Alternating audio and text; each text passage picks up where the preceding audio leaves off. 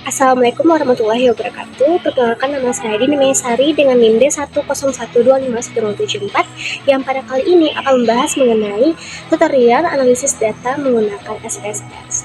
Video ini dibuat sebagai tugas pendidikan UAS mata kuliah statistik yang diampu oleh Ibu Suciani Nuryanti, ST MSI. Langsung saja kita masuk ke dalam pembahasan. Oke, sebelum kita masuk ke dalam tutorialnya, kita harus pahami dulu apa sih konsep statistik parametrik. Jadi, statistik parametrik adalah metode analisis statistik yang digunakan untuk data yang memiliki distribusi normal dan dinyatakan dalam angka, yaitu skala interval atau rasio. Artinya, statistik parametrik digunakan ketika data sudah memenuhi asumsi-asumsi tertentu yang memungkinkan kita menghitung parameter populasi seperti rata-rata atau mean, standar deviasi atau penyebaran data, dan korelasi atau hubungan antar variabel. Nah, apa sih ciri-ciri statistik parametrik? Yang pertama, data berbentuk angka atau numerik. Maksudnya, data diukur dalam angka yang memiliki satuan, misal berat, nilai, ataupun tinggi badan. Yang kedua, berskala interval atau rasio. Artinya, jarak antar data memiliki makna. Yang ketiga, distribusi data normal. Datanya itu mengikuti pola sebaran. Yang keempat, varians antar kelompok sama atau homogen. Artinya itu tingkat penyebaran data antar kelompok tidak jauh berbeda. Yang kelima, menggunakan parameter populasi. Maksudnya dia menggunakan mean, standar deviasi, dan korelasi. Dan yang terakhir, menggunakan data kontinu. Datanya ini bisa memiliki nilai pecahan, bukan hanya kategori. Lalu, adapun syarat penggunaan statistik parametrik.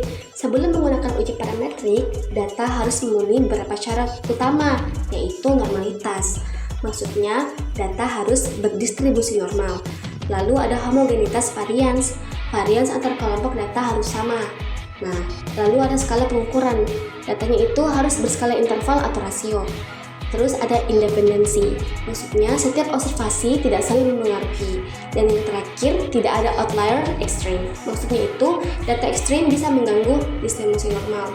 Jadi, jika salah satu syarat tidak terpenuhi, maka sebaiknya digunakan statistik non-parametrik sebagai alternatif. Oke, langsung saja kita masuk ke dalam tutorial uji normalitas. Langkah pertama, buka aplikasi SPSS di laptop atau komputer kalian. Setelah terbuka, kita akan melihat dua tampilan utama, yaitu data view dan variable view. Sebelum memasukkan data, kita perlu mendefinisikan variabel terlebih dahulu. Klik tab variable view di bagian bawah. Kolom name, ketik nama variabel sesuai kebutuhan. Misalnya, saya menuliskan di sini nilai kelasnya.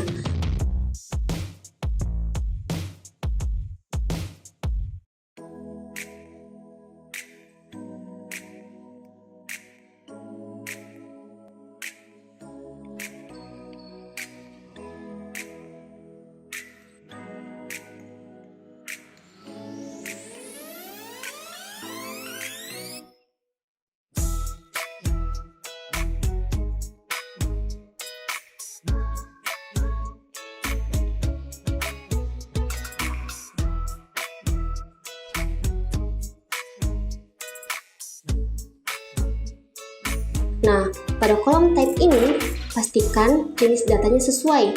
Gunakan numerik untuk angka dan string untuk teks. Di sini, saya gunakan numerik. Setelah semua variabel selesai didefinisikan, klik tab Data View. Sekarang, kalian bisa mulai memasukkan data sesuai dengan variabel yang sudah dibuat tadi. Cara memasukkan datanya bisa dengan dua cara, yaitu dengan cara copy-paste langsung dari Excel ke SPSS, ataupun dengan import filenya langsung. Di sini saya menggunakan copy paste langsung dari file Excel-nya. Saya copy data dari kelas 10.1 dahulu, kemudian data 10.2-nya.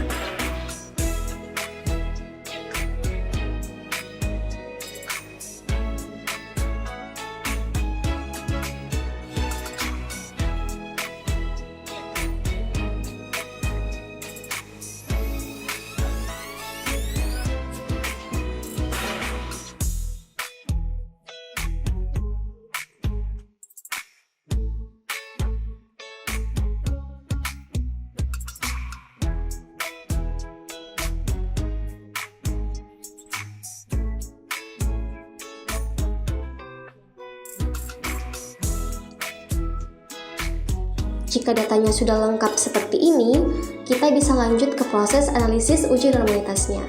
Klik menu Analyze, pilih Descriptive Statistics, lalu klik Explore. Masukkan kedua nilai UAS kelasnya ke dalam Independent List. Kemudian klik Plots, lalu centang Normality Plots with Test.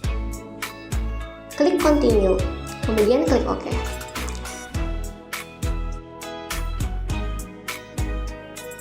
Nah, di sini sudah bisa kita lihat berdasarkan uji normalitas Kolmogorov-Smirnov, nilai signifikasinya sebesar 0,200 pada kedua nilainya.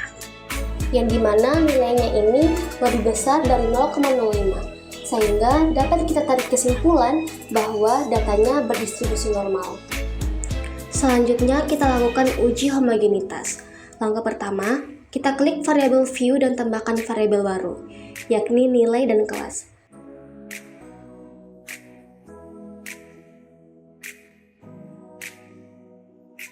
Lalu pada bagian values kelas, kita ketik value-nya 1 dan manualnya kita ketik 10.1. Kita klik add.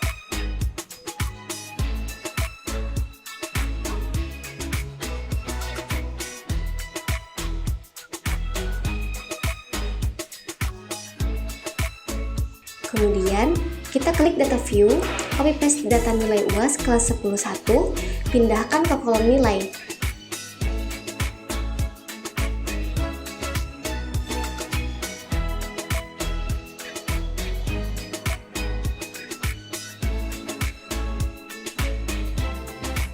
Lanjut, kita copy nilai UAS kelas 10.2, pindahkan juga ke bagian ke kolom nilai.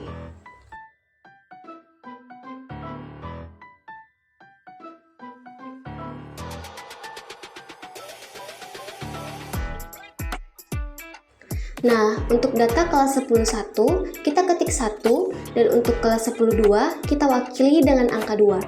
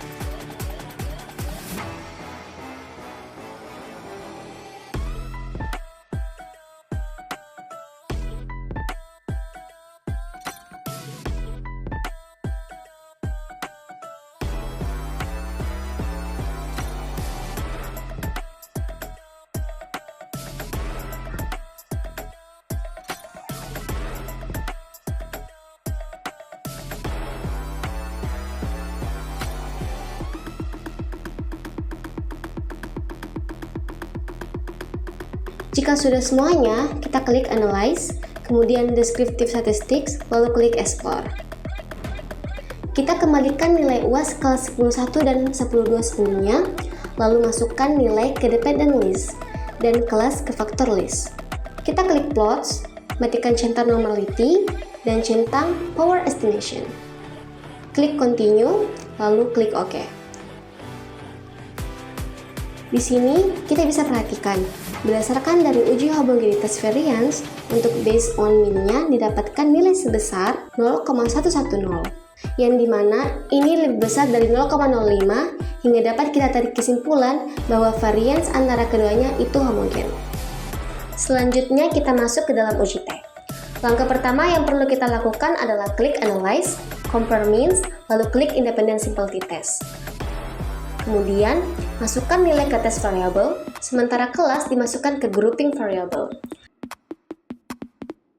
Klik Define Group.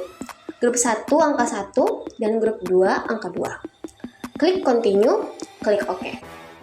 Dapat kita lihat di sini bahwa nilai-nilai signifikan to child yang didapatkan sebesar 0,000, yang dimana nilai ini lebih kecil dari 0,05, sehingga hipotesis 1 dapat diuji kebenarannya.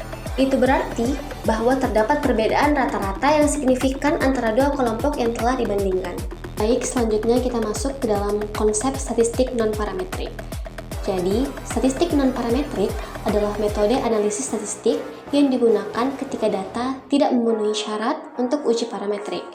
Misalnya, data tidak berdistribusi normal, berskala kategori, nominal atau ordinal, atau jumlah sampelnya kecil, kurang dari 30. Metode ini tidak bergantung pada parameter populasi seperti rata-rata atau standar deviasi, sehingga lebih fleksibel dan bisa digunakan untuk data yang tidak memenuhi asumsi tertentu.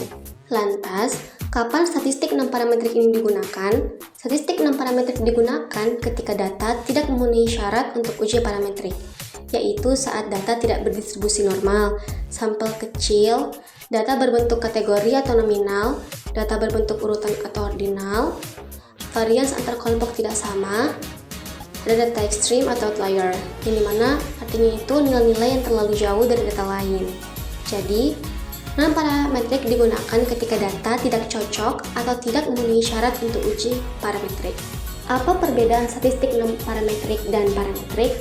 Kalau statistik parametrik digunakan ketika data yang dimiliki berupa angka dan berdistribusi normal. Sementara statistik non-parametrik digunakan jika data tidak memenuhi syarat-syarat tersebut. Misalnya, data tidak berdistribusi normal, jumlah sampelnya kecil, atau bentuk datanya bukan angka melainkan kategori atau urutan.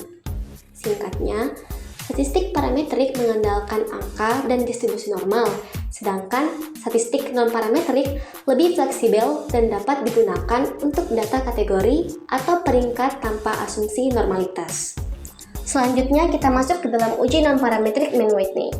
Di sini, saya tetap menggunakan data sebelumnya, yakni data nilai UAS kelas 11.1 dan 10.2 tadi.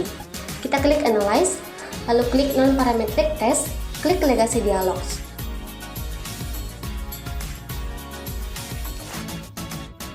Kemudian, To Independent Sample Test. Masukkan nilai ke test variable list, lalu kelas ke dalam grouping variable. Klik Define Group.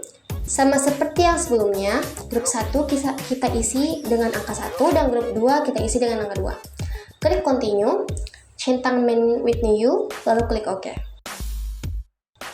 Bisa kita lihat bersama, di sini berdasarkan mean Whitney test, didapatkan nilai asymptotic signifikansi to Toilet sebesar 0,000, di mana ini lebih kecil dari 0,05. Hingga dapat ditarik kesimpulan bahwa hipotesis nolnya ditolak, karena terdapat perbedaan rata-rata antara dua kelompok yang telah dibandingkan.